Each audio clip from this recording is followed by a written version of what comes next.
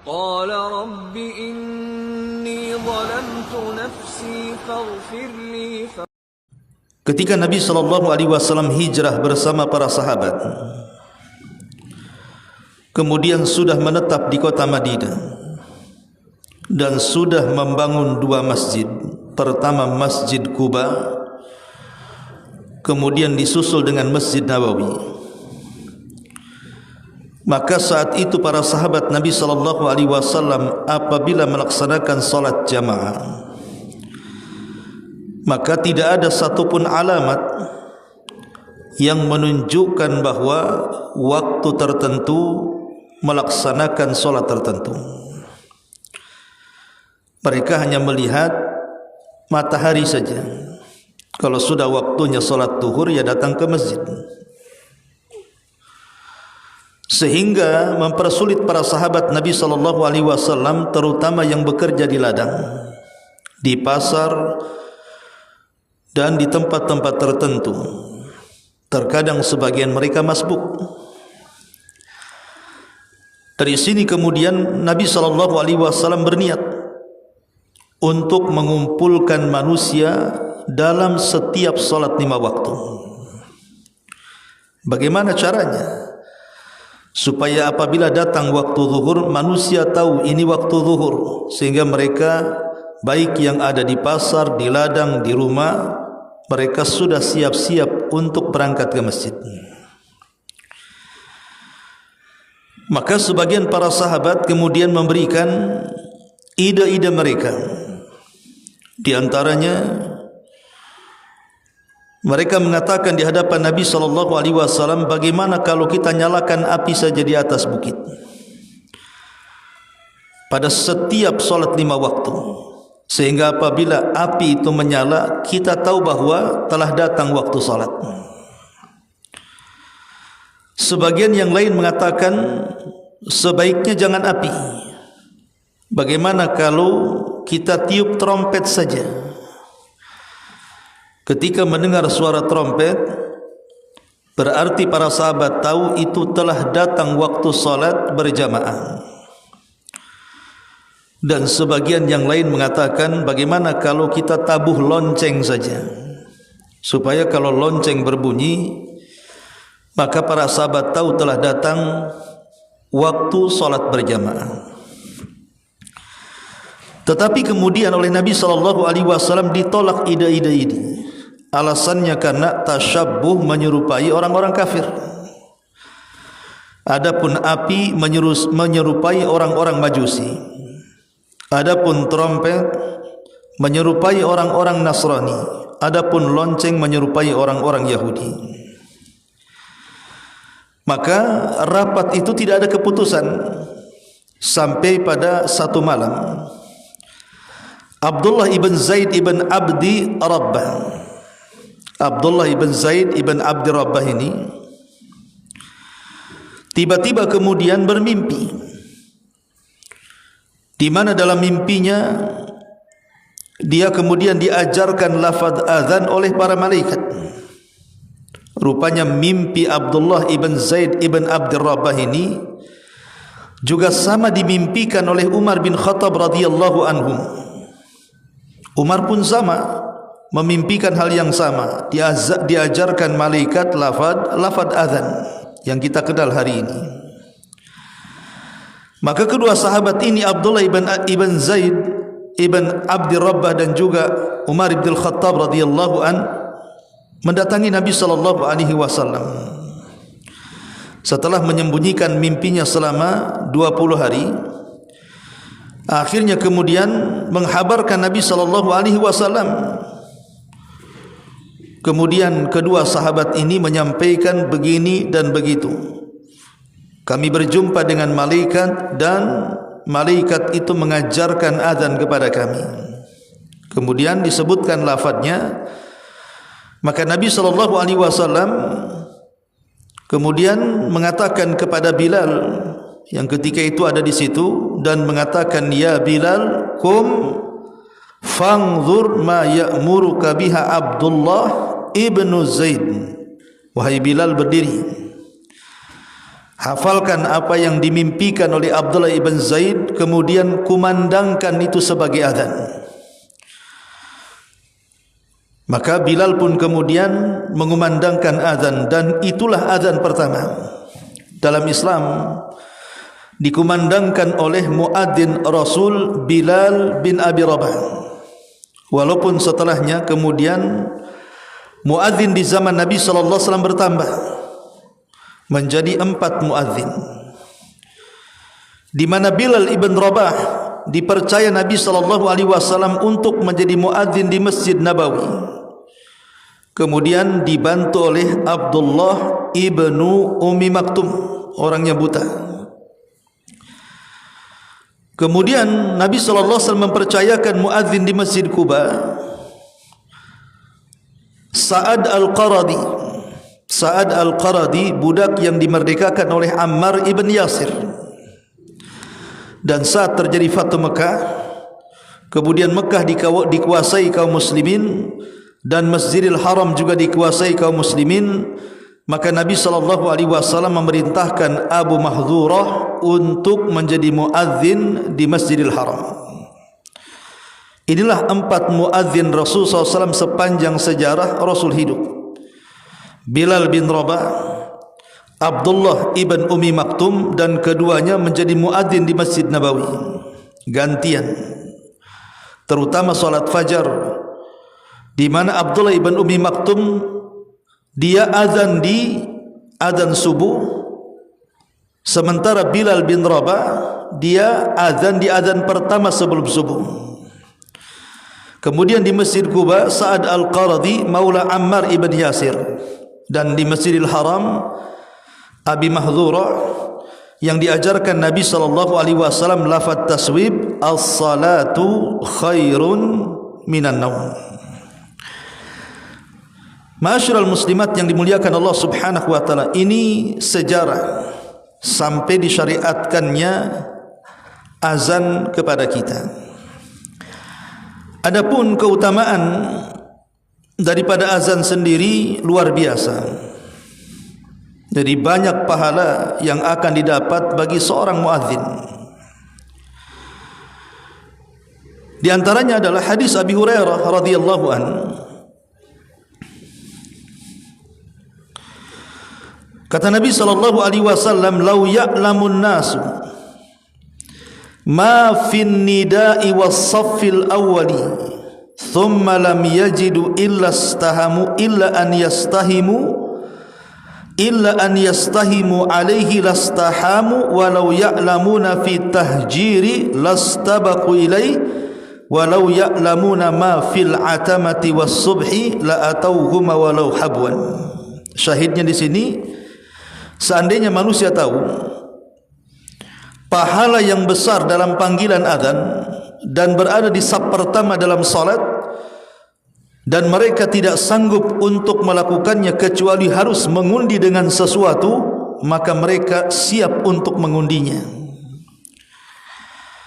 Di sini Nabi SAW mengatakan, kalau sekiranya manusia tahu pahala besar dalam panggilan azan itu, menunjukkan bahwa kalau panggilannya saja bagi orang yang mendatangi itu memiliki pahala besar, bagaimana yang memanggilnya?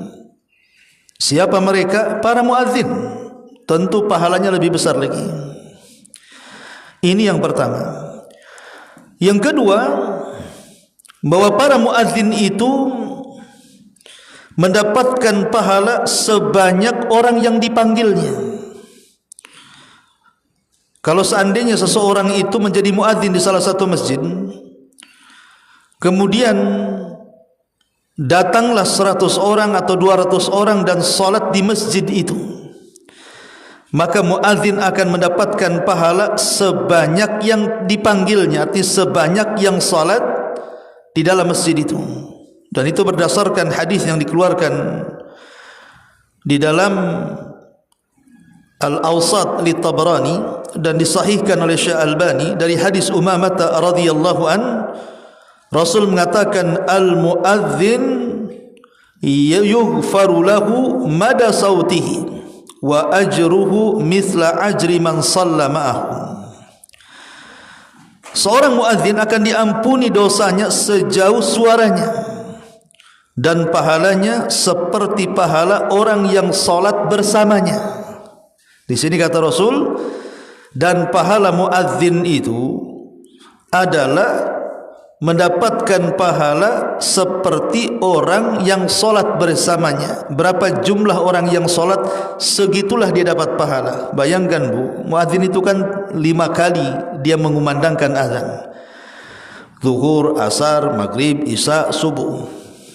Enggak kebayang saya bu, seperti umpamanya muadzin di Masjidil Haram atau muadzin di Masjid Nabawi yang setiap solat 5 waktu itu entah berapa ribu jiwa yang solat itu. Berapa pahala yang ia dapatkan? Okeylah tidak di Masjidil Haram atau Masjid Nabawi, kita di masjid-masjid di Batam ini sajalah. Kalau sekiranya mungkin zuhur 1 saf, nanti asar 1 saf, maghrib sampai 3 atau 5 saf, isya juga sama, kemudian subuh, itu setiap hari bu. Kalikan saja jumlah orang yang solat zuhur, asar, maghrib, isya, subuh. Sementara muadzin itu ada yang azan sampai 10 tahun, ada yang azan sampai 20 tahun, ada yang sampai meninggal jadi muadzin. Coba berapa pahala yang ia dapat itu. Makanya ibu kalau punya suami atau punya anak laki-laki dan dia tidak punya keahlian kecuali azan, suruh azan. Mungkin jadi imam dia kurang banyak hafalannya. Kalau muadzin itu kan masih itu saja yang dibaca, paling dibaguskan aja suaranya. Kemudian yang ketiga, muadzin ini akan diampuni dosanya sejauh suara yang ia lantangkan dalam azannya. Kata Nabi SAW dalam hadis yang dikeluarkan Imam Nasai, yang disahihkan oleh Albani dari hadis Bara bin Azib radhiyallahu an, Nabi SAW bersabda, innallaha wa malaikatahu yusalluna ala safil muqaddam wal muadzin yughfaru lahu mada sautihi wa yusaddaquhu man sami'ahu wa yusaddiquhu man sami'ahu min ratbin wa yabisin wa lahu mithlu ajri man sallama'ahu. Kata Nabi SAW, sesungguhnya Allah dan para malaikatnya, mereka mendoakan orang-orang yang berada di saf pertama dalam salat. Adapun para muadzin, maka akan diampuni baginya dosa-dosanya sejauh kelantangan suaranya saat azan, dan akan membenarkannya setiap makhluk yang mendengarnya, baik yang basah ataupun yang kering, dan dia mendapatkan pahala seperti jumlah orang yang salat bersamanya. Lihat bagaimana di sini Nabi SAW mengatakan muadzin akan diampuni dosa-dosanya sejauh suara lantang yang dikumandangkan azannya. Makin lantang, makin jauh, makin banyak yang mendengarkan, baik manusia ataupun hewan, tumbuh-tumbuhan dan yang semacamnya, maka itulah dosa-dosanya akan diampuni oleh Allah Subhanahu wa taala. Ini yang ketiga. Yang keempat, muadzin ini yatulu unuqahu fi zihamil qiyamati. Seorang muadzin ini yatulu unuquhu fi zihamil qiyamah, akan panjang lehernya di tengah-tengah kerumunan manusia di padang mahsyar pada hari kiamat. Disebutkan dalam Sahih Muslim dari sahabat Talha ibn Yahya, dari pamannya, dia mengatakan, aku pernah duduk di samping Muawiyah bin Abi Sufyan. Datanglah seorang muadzin menyeru untuk salat. Apa kata Muawiyah bin Abi Sufyan? Aku mendengar Nabi SAW bersabda, al-muadzinuna atwalun nasi a'naqan yaumal qiyamah. Seorang muadzin itu paling panjang lehernya di antara sekian banyak manusia pada hari kiamat. Sebagian surah ahli hadis mengatakan, ada yang mengatakan bahwa mana atwalun nas a'naqan, yang paling panjang lehernya pada hari kiamat, ini sebuah bahasa kinayah. Artinya seorang muadzin itu akan diangkat tinggi derajatnya di tengah-tengah keramaian manusia di padang mahsyar. Tapi juga ada yang memahami secara zahirnya, panjang leher ya panjang leher, maksudnya ya panjang kayak jerapah gitu Bu. Apa fungsinya? Supaya tidak tenggelam dengan keringatnya. Karena nanti ketika matahari didekatkan, keringat itu tidak akan terhenti bercucuran. Kalau di dunia saja kita sedang disengat oleh matahari kan Bu, kan keringatan kita ini. Ya, kadang-kadang keringat ini bercucuran dari sekujur badan kita. Tapi kan tidak selamanya. Kita tidak akan tahan 1 jam 2 jam, pasti kita akan berteduh. Tapi di akhirat berteduh dari apa? Kecuali orang-orang yang mendapatkan naungan di hari yang tidak ada naungan kecuali naungan Allah Subhanahu wa taala. Lah, para muadzin ini dipanjangkan lehernya supaya diselamatkan dari keringat yang bisa saja kemudian menenggelamkan orang-orang yang berkeringat. Ini yang keempat. Kemudian yang kelima, jadi setiap orang yang mendengarkan azan, setiap orang yang mendengarkan azan, maka dia akan menyaksikan keutamaan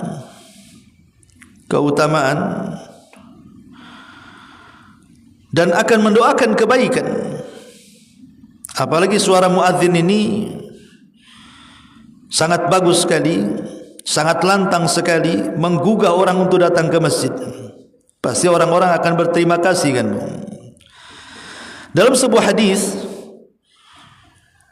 yang dikeluarkan Imam Bukhari dari hadis Abdurrahman ibn Abi Sa'ah Al-Ansari, kemudian Al-Mazini dari bapaknya, dia menghabarkan bahwa Abu Sa'id Al-Khudri radhiyallahu anhu berkata, kata Abu Sa'id Al-Khudri, sesungguhnya aku melihat engkau mencintai kambing dan juga padang pasir. Kata Abu Sa'id Al-Khudri berkata kepada Abdurrahman ibn Abi Sa'sa'ah ini, aku lihat kau ini suka kambing, suka menggembala. Fa idza kunta fi ghanamika aw fi badiyatika, kalau engkau berada di tengah-tengah kambing-kambingmu atau di tengah-tengah gurun pasirmu, fa'adzanta bis salati farfa sautaka bin nidai. Kata Abu Sa'id Al-Khudri, kalau engkau berkumandang atau mengumandangkan azan untuk salat, angkat suaramu dengan suara itu. Fa innahu la yasma'u mada sautil muadzin jinnun wala insun wala syai'un illa syahida lahu yaumal qiyamah. Karena tidaklah mendengar dari kalangan jin dan manusia jauhnya suara muadzin yang didengar atau apa saja yang mendengar, baik manusia, jin ataupun tumbuh-tumbuhan, pokoknya apa saja, baik hewan-hewanan. Nanti pada hari kiamat nih, orang-orang yang mendengarkan suara azan ini, baik dia dari kalangan musuh kita jin, baik dari kalangan kawan manusia yang baik atau manusia yang jahat, atau tumbuh-tumbuhan atau hewan-hewanan, nanti pada hari kiamat mereka akan menjadi saksi di hadapan Allah bagi muadzin ini. Walaupun di tengah padang pasir tidak ada yang datang, andailah tidak ada yang datang, dia azan sendiri tapi dikencangkan suaranya gitu ya, maka itu pahalanya juga luar biasa. Kemudian yang keenam, azan ini bisa mengusir setan. Azan ini bisa mengusir syaitan. Disebutkan dalam Sahih Bukhari dan Muslim dari Abu Hurairah radhiyallahu an, Nabi SAW bersabda, "Idza nudiya bis salati adbar asy-syaitanu wa lahu dhuratun hatta la yusma'ul adhanu fa idza qudiya al-adhanu aqbal fa idza thuwiba biha adbar fa idza qudiya at-tathwib aqbal hatta yakhtura bainal mar'i wa nafsihi yaqulu udhkur kadha ma lam yakun yadhkur hatta yadilla rajulu ma yadri kam shalla fa idza lam yadri ahadukum kam shalla thalathan aw arba'an falyasjud sajdataini wa huwa jalisun. Kata Nabi SAW, apabila dikumandangkan azan untuk salat, maka setan akan lari sejauh mungkin. Saking ketakutannya setan dengan suara azan sampai terkentut-kentut, sehingga apabila kemudian azan sudah tidak didengar lagi, sudah selesai muadzin ini mengumandangkan azan, maka setan akan balik lagi untuk mengganggu orang salat. Dan apabila seorang muadzin mengumandangkan iqamah untuk salat, maka setan lari lagi. Dan apabila selesai iqamat dan siap untuk salat, setan datang lagi sampai setan mengganggu pemikiran orang yang salat ini dan membisikkan dalam hatinya, ingatlah ini, ingatlah itu. Sesuatu yang tidak ingat terkadang jadi ingat dalam salat, sampai akhirnya ketika kemudian dia berpikir tentang barang yang diingatnya dalam salat, akhirnya dia lupa salat berapa rakaat, apakah 3 rakaat ataukah 4 rakaat. Maka Rasul mengatakan, kalau seandainya salah seorang kemudian lupa apakah dia 3 atau 4 rakaat, maka sujudlah dengan 2 kali sujud, maksudnya sujud sahwi, dan dia dalam posisi duduk. Lihat dalam hadis ini Nabi SAW mengatakan apa? Setan lari dari suara azan. Kemudian yang nomor 7, azan ini akan menyelamatkan pelakunya dari api neraka. Disebutkan dalam riwayat Muslim dari Anas bin Malik radhiyallahu an, jadi Nabi SAW apabila dia mendekati waktu fajar, maka dia bergegas untuk salat, menjadi imam salat fajar, dan dia mendengar suara azan. Jadi Nabi SAW apabila datang waktu fajar dan siap untuk melaksanakan salat fajar, maka dia akan mendengar suara azan. Apabila dia mendengar suara azan, maka dia salat. Setelah salat barulah dia menggerakkan pasukannya untuk menyerbu musuh. Jadi kalau dia mendengar suara azan, dia terbalik. Kalau dia mendengar suara azan, maka dia tidak akan menyerang musuh. Tapi kalau dia tidak mendengar suara azan, maka dia akan menyerang musuh. Karena azan itu bagian daripada syiar menunjukkan negara itu dikatakan negara Islam atau bukan negara Islam. Selama berkumandang azan di mana-mana, berarti negara itu Islam. Ketika suara azan kemudian tidak keluar sampai kepada asyhadu an la ilaha illallah, asyhadu an la ilaha illallah, kan begitu. Kata Nabi SAW, kharajat minan nar. Muadzin itu akan dikeluarkan dari api neraka. Fa nadharu fa idza huwa ra'i ma'zan atau ghanaman. Ketika dia lihat siapa muadzin di gurun pasir ini, rupanya seorang penggembala kambing. Rupanya seorang penggembala kambing. Menunjukkan bahwa muadzin ini akan menjadi sebab azannya menyelamatkan dia dari api neraka. Dan yang nomor 8, yang terakhir, siapa yang azan kemudian salat sendirian, walaupun di tengah-tengah padang pasir sekalipun, salat khalfahul malaikah, tetap dia tidak salat sendiri, tetap dia salat dan di belakangnya para malaikat ikut salat. Ma'asyiral muslimat yang dimuliakan Allah Azza wa Jalla, ini di antara fadilah keutamaan suara azan. Tapi yang jelas lebih daripada itu, bahwa tidak ada di dunia ini suara yang paling indah kecuali suara azan. Seindah apapun seorang selebriti, seorang artis, penyanyi, kondang sekalipun, yang dia lulukan banyak manusia, dibandingkan suara azan, suara penyanyi artis terkenal sekalipun tidak ada apa-apanya. Maksudnya di hadapan Allah. Kalau di hadapan manusia, ialah kadang-kadang mereka tidak peduli dengan suara azan. Terkadang mereka nyetel musik, nyetel nyanyi, bahkan dia yang bernyanyi di tengah-tengah azan berkumandang. Bukannya didengar azannya, malah dikencangkan pula musiknya. Enggak peduli. Padahal Allah Subhanahu wa taala mengatakan, "Wa man ahsanu qaulan mimman da'a ila Allah wa amila shalihan wa qala innani minal muslimin." Siapa lagi yang lebih indah suaranya dibandingkan orang yang menyeru manusia ke jalan Allah? Kata para ahli tafsir mengatakan ayat ini turun kepada para muadzin. Bahwa muadzin itu mereka memiliki suara yang sangat indah sekali. Bahwa muadzin itu memiliki suara yang sangat indah luar biasa. Baik masyiral muslimat yang dimuliakan Allah Subhanahu wa taala, kita lihat bukunya di sini. Muadzin, azan dan qamat. Definisi azan. Definisi azan. Azan adalah pemberitahuan mengenai telah tibanya waktu salat dengan lafaz tertentu. Jadi azan itu fungsinya pemberitaan, pemberitahuan, pengumuman akan tibanya waktu salat dengan lafaz tertentu yang diajarkan Nabi sallallahu alaihi wasallam kepada Bilal tadi. Jadi fungsi azan memberitahu orang untuk salat.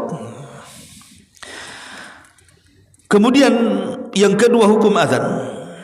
Azan termasuk salah satu wajib kifayah. Maksudnya kifayah itu kalau sudah ada yang azan, gugur yang lainnya. Tidak perlu satu masjid azan semua, gantian gitu ya. Nanti kapan selesainya, kapan solatnya, ya satu orang saja azan sudah mewakili satu masjid. Karena sifatnya, hukumnya adalah wajib kifayah. Kalau satu mendirikan berarti gugur yang lainnya. Berdasarkan sabda Nabi SAW, "Idza hadaratis salatu falyu'adzin lakum ahadukum wal ya'ummakum akbarukum." Jika telah datang waktu salat, hendaklah salah seorang di antara kalian mengumandangkan azan, dan hendaklah orang yang paling tua di antara kalian mengimami salat. Kalimat hendaklah salah seorang, Rasul mengatakan apa? Salah seorang azan, tidak semua harus azan. Baik serentak azan atau satu-satu azan, dah. Satu masjid, satu muadzin saja cukup.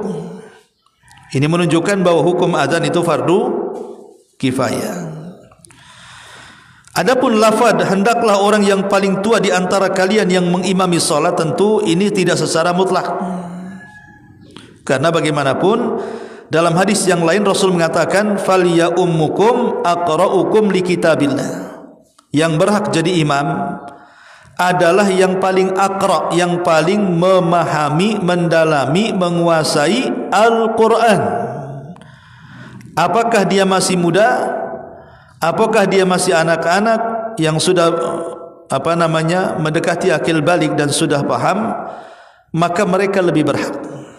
Kecuali kalau seandainya ada dua orang yang dua-duanya secara pengetahuan Al-Quran sama-sama, maka siapa yang lebih paham tentang sunnah, dua-duanya layak jadi imam karena banyak hafalannya. Tapi siapa di antara keduanya yang paham sunnah? Maksudnya sunnah-sunnah seputar salat. Nanti kalau seandainya dia bagus bacaannya saja tapi tidak tahu tentang hukum sujud sahwi, ketika lupa dia diam saja, kan masalah juga. Maka selain daripada hafalannya, lihat juga pengetahuan tentang sunnahnya, hukum-hukum salatnya.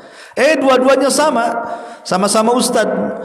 Maka baru cerita tentang siapa yang paling duluan hijrahnya, siapa yang duluan tobatnya dulu. Dua-duanya sama-sama hari itu juga tobat hijrahnya. Baru cerita siapa di antara keduanya yang paling tua usianya. Jadi usia itu dibelakangkan, bukan didepankan gitu ya. Karena di masyarakat ini, terutama di desa-desa, kadang-kadang kalau sudah jadi imam dah mau diganti, bu, Padahal di makmumnya itu ada yang jauh lebih baik secara bacaan, secara ilmu pengetahuan agama, tapi karena takut hilang pamornya, kadang sudah menjadi imam tetap, akhirnya enggak mau diganti. Padahal kadang-kadang usianya sudah 70, sudah 80 tahun, nafasnya sudah kayak orang ngegergaji kan Bu ya.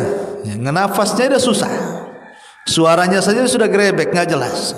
Tapi kadang-kadang tetap aja mau jadi imam dia. Jadi usia itu sebenarnya paling akhir. Ya. Baik, kemudian yang ketiga, lafaz azan.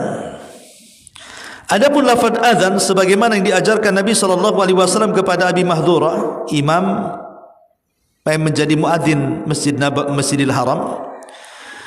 Allahu Akbar, Allahu Akbar, Allah Maha Besar, Allah Maha Besar. Asyhadu an la ilaha illallah, asyhadu an la ilaha illallah. Aku bersaksi bahwa tidak ada sesembahan yang berhak disembah kecuali Allah. Aku bersaksi bahwa tidak ada sembahan yang berhak disembah kecuali Allah. Asyhadu anna Muhammadar Rasulullah, asyhadu anna Muhammadar Rasulullah. Aku bersaksi bahwa Muhammad adalah utusan Allah. Aku bersaksi bahwa Muhammad adalah utusan Allah. Kemudian Rasulullah SAW mengulang bacaan itu 2 kalimat syahadat sebanyak 2 kali dengan suara keras. Kemudian hayya 'alas salah, hayya 'alas salah. Mari kita menunaikan salat, mari kita menunaikan salat. Kemudian hayya 'alal falah, hayya 'alal falah. Mari kita menuju kemenangan, mari kita menuju kemenangan. Sedangkan dalam azan subuh khusus tidak berlaku kepada azan salat yang lainnya kecuali subuh, ditambah as-salatu khairun minan naum. As-salatu khairun minan naum. Salat itu lebih baik daripada tidur, salat itu lebih baik daripada tidur. Kemudian Allahu Akbar, Allahu Akbar. Allah Maha Besar, Allah Maha Besar, la ilaha illallah. Tidak ada sembahan yang berhak disembah kecuali Allah Subhanahu wa taala. Diawali dengan takbir dan diakhiri dengan tauhid. Abu Mahdhurah menuturkan Nabi mengajariku azan sebagai berikut. Allahu Akbar, Allahu Akbar. Allahu Akbar, Allahu Akbar. Asyhadu an la ilaha illallah, asyhadu an la ilaha illallah. Asyhadu anna Muhammadar Rasulullah, asyhadu anna Muhammadar Rasulullah. Jadi Abi Mahdhurah radhiyallahu anhu juga mengatakan Nabi SAW mengajarkan azan seperti itu. Kemudian beliau mengulangi bacaannya lagi seraya, dibalikan lagi asyhadu an la ilaha illallah, asyhadu an la ilaha illallah, asyhadu anna Muhammadar Rasulullah, asyhadu anna Muhammadan Rasulullah. Jadi ulang lagi. Kemudian baru hayya 'alas salah, hayya 'alas salah, hayya 'alal falah, hayya 'alal falah. Jika salat subuh hendaklah berseru as-salatu khairum minan naum, as-salatu khairum minan naum. Allahu Akbar, Allahu Akbar, la ilaha illallah. Jadi bedanya ya adalah pengulangan asyhadu an la ilaha illallah, asyhadu an la ilaha illallah, asyhadu anna Muhammadar Rasulullah, asyhadu anna Muhammadar Rasulullah. Kemudian diulang lagi 2 kali. Itu pada lafaz azan kedua, berbeda dengan lafaz azan yang pertama. Tapi dua-duanya tidak ada masalah. Baik, kemudian yang keempat, persyaratan muadzin. Sebaiknya muadzin itu adalah orang yang jujur. Pertama, jujur. Dia tidak korupsi waktu. Belum waktunya azan sudah azan. Kemudian yang kedua, suaranya lantang. Jangan orang bisu jadi muadzin. Orang bisu tak ada suara, atau orang serak jadi melantangkan azan. Kemudian mengetahui waktu-waktu salat. Alhamdulillah pemerintah kita sudah mengeluarkan jadwal waktu-waktu salat sehingga memudahkan para muadzin untuk mengumandangkan azan. Saat mengumandangkan azan, hendaklah dia mengumandangkannya dari tempat yang tinggi seperti menara dan yang lainnya. Alhamdulillah juga sekarang hampir setiap masjid ada menara dengan toanya sehingga bisa terdengar kemana-mana. Hendaklah ia memasukkan kedua telunjuknya pada lubang kedua telinganya sambil menoleh ke kiri dan ke kanan, supaya suaranya sampai ke arah kiri dan ke arah kanan. Ini kemudian hendaklah dia tidak mengambil bayaran atas azannya kecuali dari Baitul Mal, maksudnya kas negara, atau dari wakaf. Nah, ini juga bab tentang seputar azan. Kemudian yang B, masuk pada iqamah. Hukum iqamah merupakan salah satu perbuatan sunnah yang sangat dianjurkan pada tiap-tiap salat wajib yang 5 waktu, baik yang dilakukan pada waktunya atau yang tertinggal, berdasarkan sabda Rasul, ma min thalathin fi qaryatin wala badwin la tuqamu fihimus salatu illa qad istahwadha alaihimus syaitan fa alayka bil jama'ati fa innama ya'kulu dhibu minal ghanamil qasiyah. Tidak ada seorang di satu kampung atau daerah pedalaman yang mereka tidak mendirikan solat berjamaah di dalamnya, melainkan setan akan menguasai mereka. Karena itu hendaklah kamu selalu mendirikan solat berjamaah, karena serigala itu hanya akan menerkam kambing yang sendirian. Jadi sini iqamah ini salah satu perbuatan. Jadi tidak mesti tepat waktu kalau iqamah itu, ya. Umpamanya seseorang datang ke masjid jam 2, kan dah lewat duhur, lewat juga asar belum sampai, duhur sudah lewat, maksudnya jamaahnya.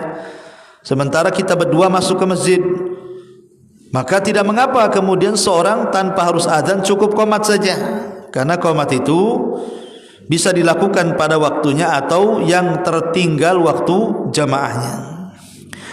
Adapun lafaz iqamah ma'ruf Allahu Akbar berdasarkan hadis Abi Dawud dari Abdullah ibn Zaid, Allahu Akbar, Allahu Akbar, asyhadu an la ilaha illallah, asyhadu anna Muhammadar Rasulullah, hayya 'alas shalah, hayya 'alal falah, qad qamatis shalah, qad qamatis shalah, Allahu Akbar, la ilaha illallah. Ini diantara lafaz qomat yang diajarkan dalam hadis.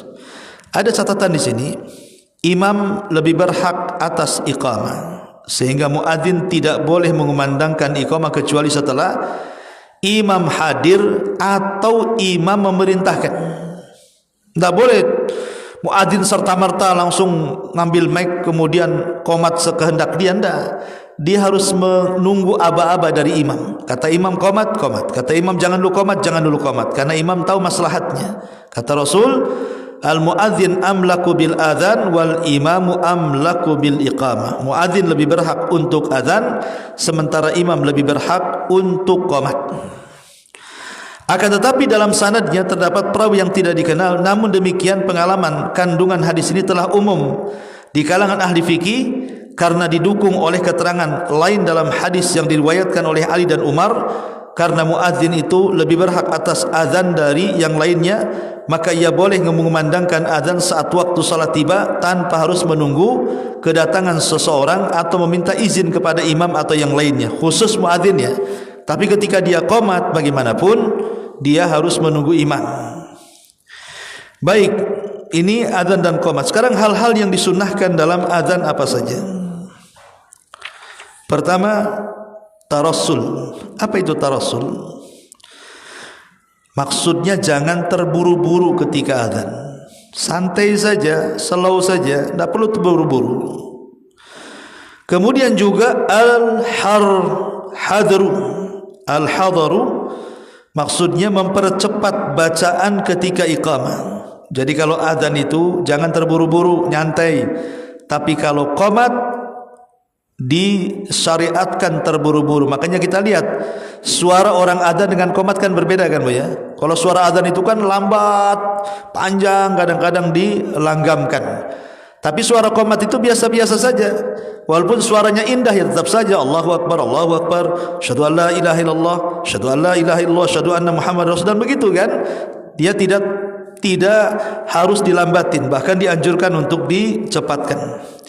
Yang kedua, menirukan bacaan muadzin dan juga mukim.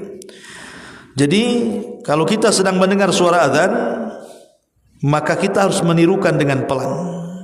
Di mana orang yang mendengarkan hendaklah mengikuti lafaz muadzin dan mukim kecuali saat dibacakan lafaz hayya 'alas shalah hayya 'alal falah, maka kita yang mendengarkannya cukup membaca la haula wala quwwata illa billah. Dan saat dibacakan lafaz qad qamatis shalah hendaklah dibaca aqamahallahu wa adamaha. Sesungguhnya Allah telah mendirikannya dan mengabadikannya. Qad qamatis shalah berdasarkan hadis yang diriwayatkan oleh Abi Dawud, anna Bilalan akhadha fil iqamati falamma an qala qad qamatis shalah qala an-nabiy sallallahu alaihi wasallam aqamahallahu wa adamaha. Bahwa Bilal mulai mengumandangkan iqamah, maka tatkala dia mengucapkan sungguh salat telah didirikan, maka Nabi menjawab semoga Allah tetap mendirikannya dan semoga Allah tetap mengabadikan salatnya. Dan juga berdasarkan hadis Nabi SAW di sini juga, idza sami'tumul muadzin faqulu mithla ma yaqulul muadzin.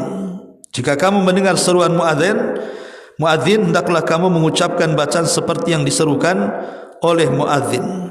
Kemudian yang terakhir di antara adab sunnahnya, berdoa memohon kebaikan setelah azan, baik yang azan ataupun yang mendengarkan azan. Allahumma hadza, di sini jelaskan bahwa Rasulullah SAW bersabda, ad-du'a la yuraddu bainal adzan wal iqamah. Doa yang dipanjatkan antara adzan dan iqamah hendaklah ditolak, tidak akan ditolak. Jadi baik seorang muadzin atau anda yang mendengarkan azan, setelah suara azan dikumandangkan dan sebelum qomat dikumandangkan, itulah waktu mustajab doa. Berdoalah di situ. Kemudian dalam hadis lain dijelaskan bahwa setelah azan maghrib Rasul pernah berdoa, Allahumma hadza iqbalu lailika wa idbaru naharika wa aswatu du'aika faghfirli. Ya Allah, saat ini adalah saat kedatangan malammu, saat kepergian siangmu, serta saat suara-suara memanggilmu, maka ampunilah dosa-dosaku. Ini diantara hal-hal yang menjadi anjuran bagi seseorang saat mendengar azan.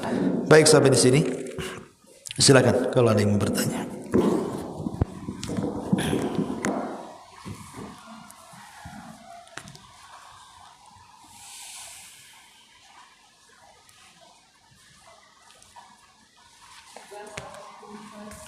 Iya. Waalaikumsalam warahmatullahi wabarakatuh.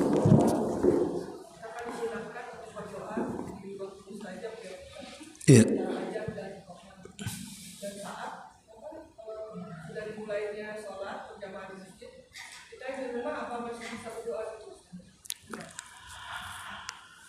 Iya. Waktu yang sangat mustajab itu salah satunya adalah setelah azan dan sebelum qomat. Dan azan dan qomat itu ditentukan oleh suara yang ada di masjid.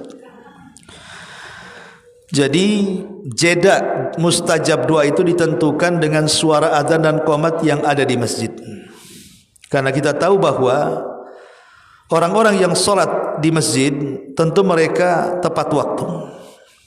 Mereka pasti tepat waktu. Karena kalau tidak tepat waktu, orang yang datang ke masjid bukan 1-2 orang, kadang-kadang ratusan orang, tentu akan dikritikkan gitu.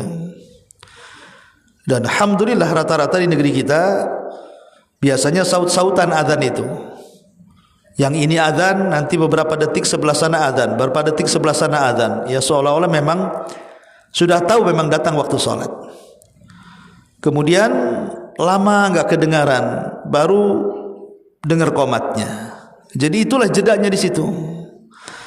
Maka sama juga wanita-wanita yang di rumah sholat, kapan doa bainal adzanaini, di antara dua adzan itu mustajab? Bagi wanita cukup mendengarkan suara adzan yang ada di masjid dan suara qomat yang ada di masjid. Maka jeda di antara keduanya, disitulah tempat berdoa yang mustajab. Wallahu a'lam.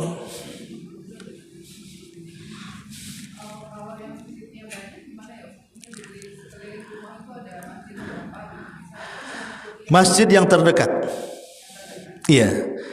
Ikuti masjid yang terdekat dengan ibu. Umpamanya di perumahan sini, ya Masjid Salahuddin. Jangan kemudian mendengar adzannya Masjid Muhajirin, terlalu jauh tiban BTN ketiban pajak ini. Jadi cukup masjid yang paling dekat dengan rumah ibu, itulah jeda waktu seseorang itu dikatakan akan mustajab doa di antara adzan dan iqamah. Jadi dengarkan adzan masjid yang terdekat. Wallahu a'lam. Dari tema yang kemarin, Ustaz, kalau jemaah yang masbuk itu katakan masbuk ketinggalan takbir atau ketinggalan rukuk? Masbuk itu, bismillahirrahmanirrahim, masbuk itu artinya salat orang yang telat mendapatkan takbiratul ihram. Kalau dia tidak mendapatkan takbiratul ihram, berarti dia dikatakan masbuk. Tapi kalau dia mendapatkan takbiratul ihram, berarti dia tepat waktu. Ya.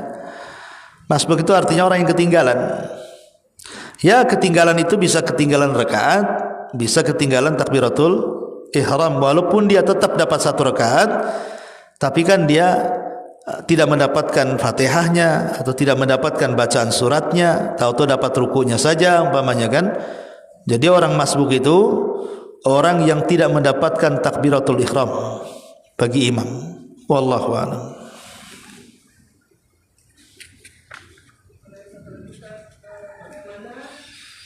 Ini anak-anak sekarang itu kebanyakan mereka dalam berjamaah itu tidak menggunakan peci atau untuk kepala gitu. Iya.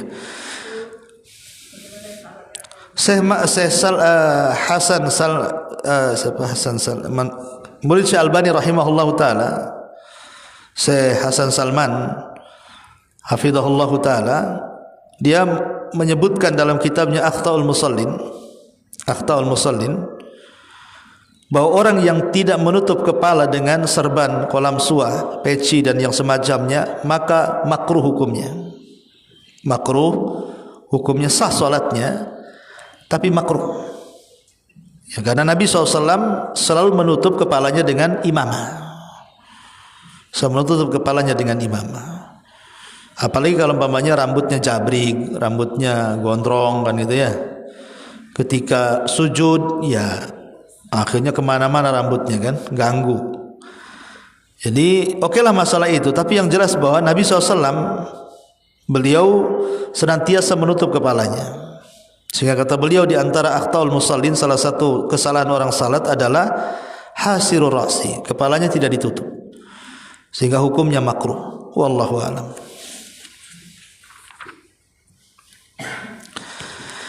Baik, sampai di sini sudah ada manfaatnya. Insyaallah kita lain waktu kita berjumpa lagi. Subhanallah bihamdika asyhadu an la ilaha illa anta